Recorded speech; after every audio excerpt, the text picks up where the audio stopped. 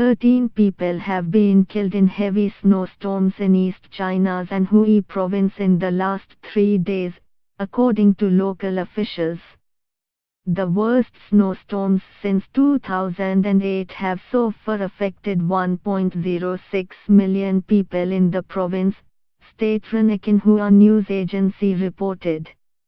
The storms caused direct economic losses of February 1 6 billion yuan, USD 190 million, and 790 million yuan, 122 million US dollars, of losses in agriculture. 9 cities including capital Hefei initiated emergency responses due to the snow. Besides Anhui, Henan, Hubei, Hunan, Jiangsu and Shanxi provinces have all suffered from heavy snow this week. For all the latest world news, download Indian Express app.